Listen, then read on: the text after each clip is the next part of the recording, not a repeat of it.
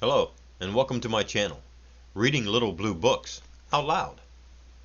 This right here is a little blue book.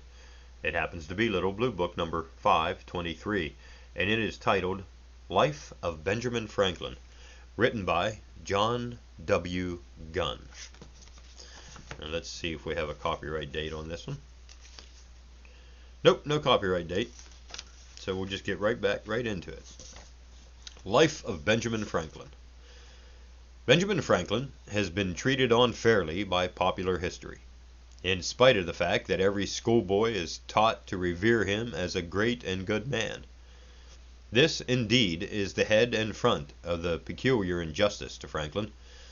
He has been held up too stiffly as an object of emulation and denied the finer tribute of sincere admiration as a man. He has been chosen as an example of all the commonplace virtues, his human characteristics being submerged beneath this sententious purpose. It is Franklin's misfortune, not that he had been idealized, but that he has been dehumanized. To give a convincing picture of the wise and witty, the hardy and human Franklin, is the object of this sketch. Chapter 1. We cannot always see the springs of heredity in a man's life, and often we find that his antecedents do not help us greatly to understand the man. Franklin's life stands for itself as evidently and unshakably as any man's, and his success is sufficiently explained by his efforts. But he had to begin with a very good stock of character, which we are told is the best of all capitals, and his heredity, while it does not throw any distinguished light upon him, reveals the plain source of his character, which was handed down to him in an undiminished fund through a period of several hundred years. As far back as the record goes, to the middle of the 16th century, the Franklins were small landowners and artisans in England. The family name sprang from the social title accidentally applied to small landowners.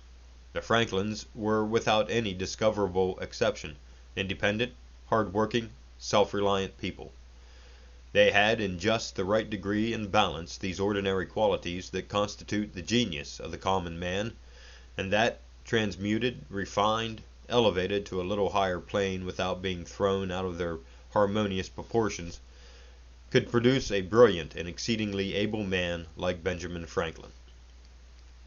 Benjamin had, as it were, a very worthy and genuine foundation upon which to rear the commodious and commanding superstructure of his own life. None of the family before Benjamin went high or far in the world, but they strode evenly and intelligently within the limitations of circumstance, were steady and capable folks, sound in mind and body. One uncle, for whom Benjamin was named, had something ingenious in him.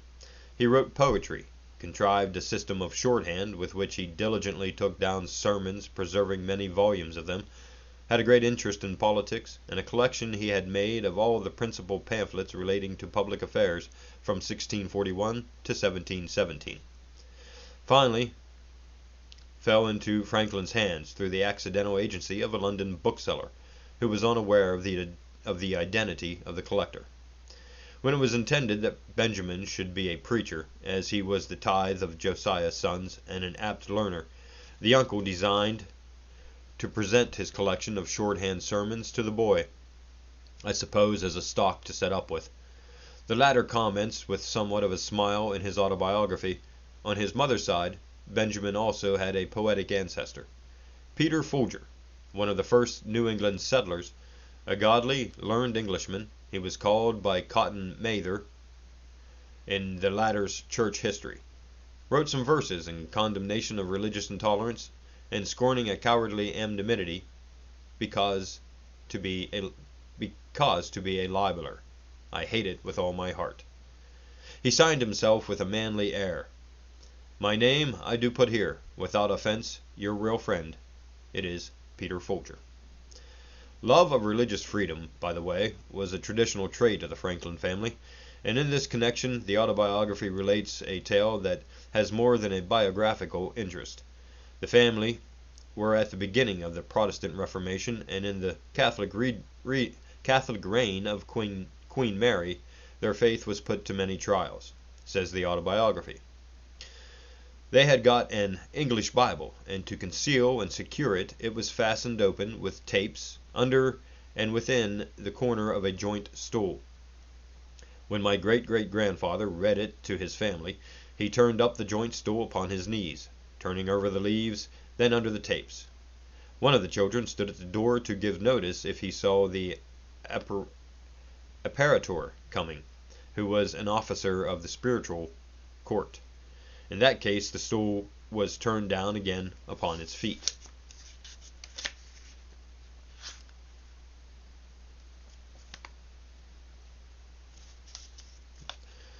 When the Bible remained concealed under it, as before, Franklin's father, Josiah, and his uncle, Benjamin, became in their turn dissenters from the Church of England, and it was in search of a freer air in which the worship that Josiah Franklin emigrated to New England in 1682.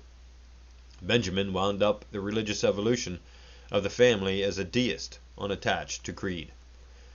Of Benjamin's immediate heritage we get a good view in the Autobiography. Barely a sentence is devoted to his mother. We are told that she was the daughter of Peter Folger, who gets a page of encomiums, owing to the interesting circumstance of his having enlisted in Meuse in the cause of liberty, and several pages further on she is mentioned with his father. I never knew either my father or mother to have any sickness but that of which they died, he at 89 and she at 85 years of age, but of his father Franklin gives a very satisfactory account. The paragraph describing the character of Josiah Franklin is an excellent brief picture and is worth quoting. He had an excellent constitution of body, was of middle stature, but well set and very strong. He was ingenious, could draw prettily, was skilled a little in music, and had a clear, pleasing voice, so that when he played psalm tunes on his violin and sung withal, as he sometimes did in the evening after the business of the day was over, it was extremely agreeable to hear. He had a mechanical genius too, and on occasion was very handy in the use of other tradesmen's tools. But his great excellence lay in a sound understanding and solid judgment in prudential matters, both in private and public affairs. In the latter, indeed, he was never employed. The numerous family he had to educate in the straitness of his circumstances, keeping him close to his trade. But I remember well his being frequently visited by leading people, who consulted him for his opinion in affairs of the town or of the church he belonged to, and showed a good deal of respect for his judgment and advice. He was also much consulted by private persons about their affairs, when any difficulty occurred, and frequently chosen an arbiter between contending parties. At his table he liked to have and always took care to start some ingenious or useful topic for discourse, which might tend to improve the minds of his children. By this means he turned our attention to what was good, just, and prudent in the conduct of life, and little or no notice was ever taken to what related to the victuals on the table, whether it was well or ill dressed, or in or out of season, of good or bad flavor, preferable or inferior to this or that other thing of the kind, so that I was brought up in such a perfect inattention to those matters as to be quite indifferent what kind of food was set before me, and so unobservant of it, that to this day, if I am asked, I can scarcely tell a few hours after dinner what I dined upon. This has been a convenience to me in traveling, where my companions have been sometimes very unhappy for want of a suitable gratification for their more delicate, because better instructed tastes and appetites. This philosophy of food we need not wholly accept. An instructed appetite we must believe is better than a totally uneducated palate. But there is no doubt that Benjamin was more wisely employed in improving his mind than in discussing the food set before him. Conversation reaches few lower levels than at a meal, where the talk is all of food, and especially where the company takes turn in relating voluminously and perflatteringly of their various palates. At any rate, I think this little custom of Franklin's father, greatly touched with idiocracy of providing good conversation at meals, gives a delightful glimpse of the man. The important traits we can see that Josiah Franklin gave to his son Benjamin, his mechanical ability, and his sound judgment. All his life Benjamin experimented with mechanics, and he won real scientific distinction. His good judgment was a trait that never seriously failed him throughout his career, though he does candidly note a few minor errors. There are two other incidents that amusingly illustrate the personality of Josiah Franklin, that roughly construct this man for us. When Benjamin was a printer's apprentice under his brother James, the lad, under the impulse of eager reading, fell temporarily in love with the muse. His brother James encouraged his tendency, thinking it would be turned to profit. Benjamin composed 2 ballads, of which he gives us terse descriptions. One was called The Lighthouse Tragedy, and contained an account of the drowning of Captain Worthilake with his 2 daughters. The other was a sailor's song on the taking of Teach, or Blackbeard the pirate. He admits that they were wretched stuff, in the Grub Street ballad style, but James Franklin, with a commercial rather than a critical instinct, had the ballads printed in his shop and sent young Ben into the streets to sell his verse to whomsoever would buy. The first sold wonderfully, but its success speaks of the journalistic rather than the literary sense of the Boston of that day. The event being recent, having made a great noise, the sequel was swift and brief. This flattered my vanity, but my father discouraged me by ridiculing my performances, and telling me verse makers were generally beggars. So I escaped being a poet, most probably a very bad one. One smiles broadly at this picture of the prosaic and very practical father giving his son a good talking to for making a fool of himself, and one wonders if James Franklin did not get a stern word or two for encouraging his young brother in such nonsense. A father is indeed a candid and forthright critic. Benjamin, as we see, lived to concede fully his father's superior judgment in this manner, and it is worthy of note that most men who try their hands at poetry in their salad days say quite unhesitatingly that they would probably have been bad poets. As a general rule, this is a very philosophical conclusion. Prose is a different matter. A bad poet will do well to embrace prose, which he will be sure to do less badly, if not more brilliantly. We can be thankful that Franklin escaped poetry and embraced prose. As a prose writer, he gave us many delightful and instructive pages. What would American literature be without the sayings of Poor Richard, regarded as literature, not as morality? And the autobiography, I'm assuming the next word is. In the autobiography, it is fortunate that Franklin had a father who would countenance no foolishness.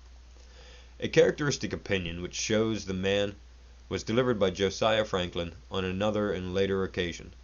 When at the age of 18, Franklin was working as a printer in Philadelphia. He came under the notice of the governor of the colony, Sir William Keith, who proposed that the boy go into business for himself, assuring him that the governor would use his influence to throw the public printing in his way.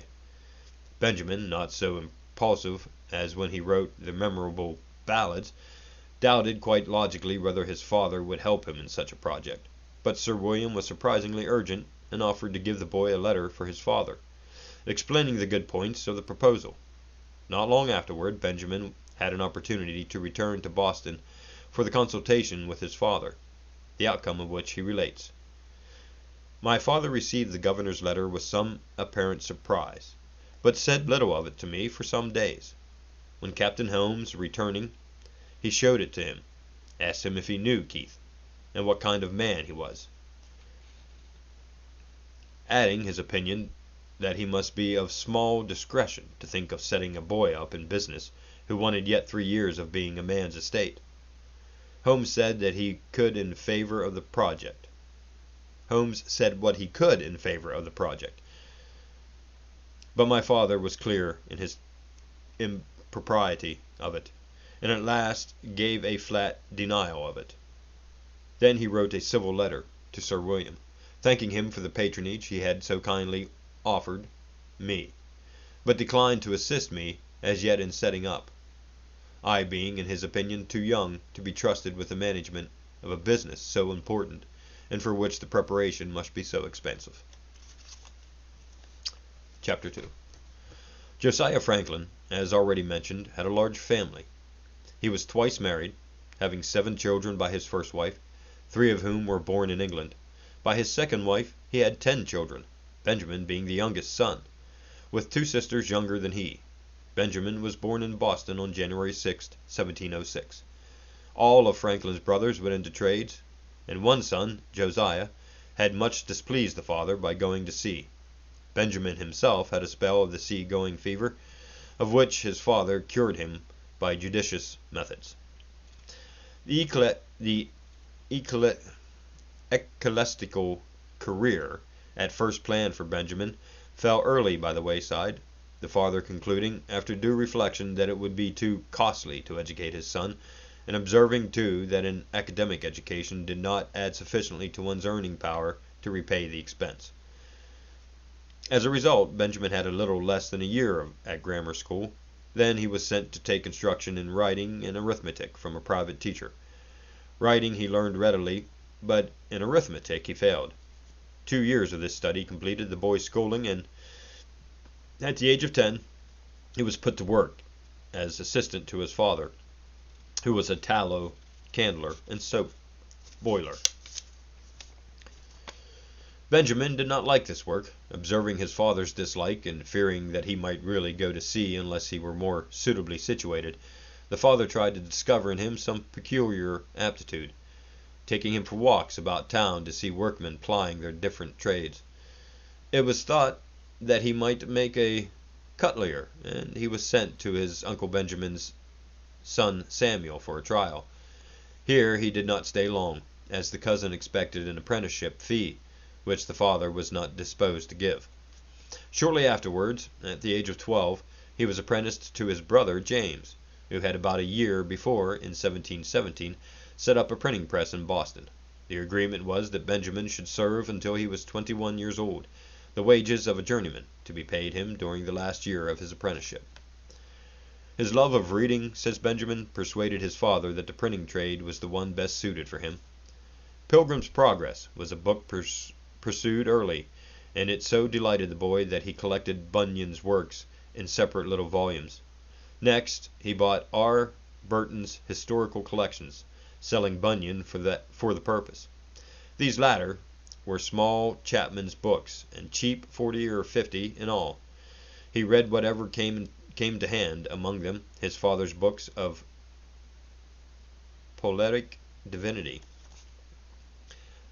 Pomaic divinity, Polemic, Pomaic divinity, a phrase that is drearily descriptive. Franklin tells us that he often regretted that, at a time when I had such a thirst for knowledge, more proper books had not fallen in my way, since it was now resolved I should not be a clergyman. There were brighter opportunities, for in Plutarch's Lives he read abundantly, and a book by Defoe, an essay on projects, was assimilated. Special praise is given in the Autobiography to Dr. Martin's essays to do good, which perhaps gave me a turn of thinking that had an influence on some of the principal future events of my life. Printing pleased Benjamin, and he now fell in the way of better books. Getting to know booksellers' apprentices, he obtained the privilege of borrowing books, which I was careful to return soon and clean. It is evident that the boy appreciated the privilege fully, and was resolved to cherish it. Frequently, he says, he read far into the night, so that he could return a book in the morning. There came an even better chance for reading. A tradesman named Matthew Adams, who was often in James Franklin's printing office, observed the apprentice lad's liking for books, and offered him the use of his library, which was a pretty collection of books. Out of the so much reading came the poetical episode previously related. Quickly cured of this fancy, he turned to prose. He set about methodically to master a style. He was very friendly with John Collins, another bookish lad in the town, and these two, from their reading, drew much matter for argument. A pernicious habit is this, comments the mature Franklin with the perspective of the years, one that spoils conversation and makes a man enemies. I had caught it, he added, by reading my father's books of dispute about religion. But argument is good as a training for the mind, if it does not become a settled practice. And I think I will stop there for the first part of the life of Benjamin Franklin. And thanks for listening. We'll see you in part 2.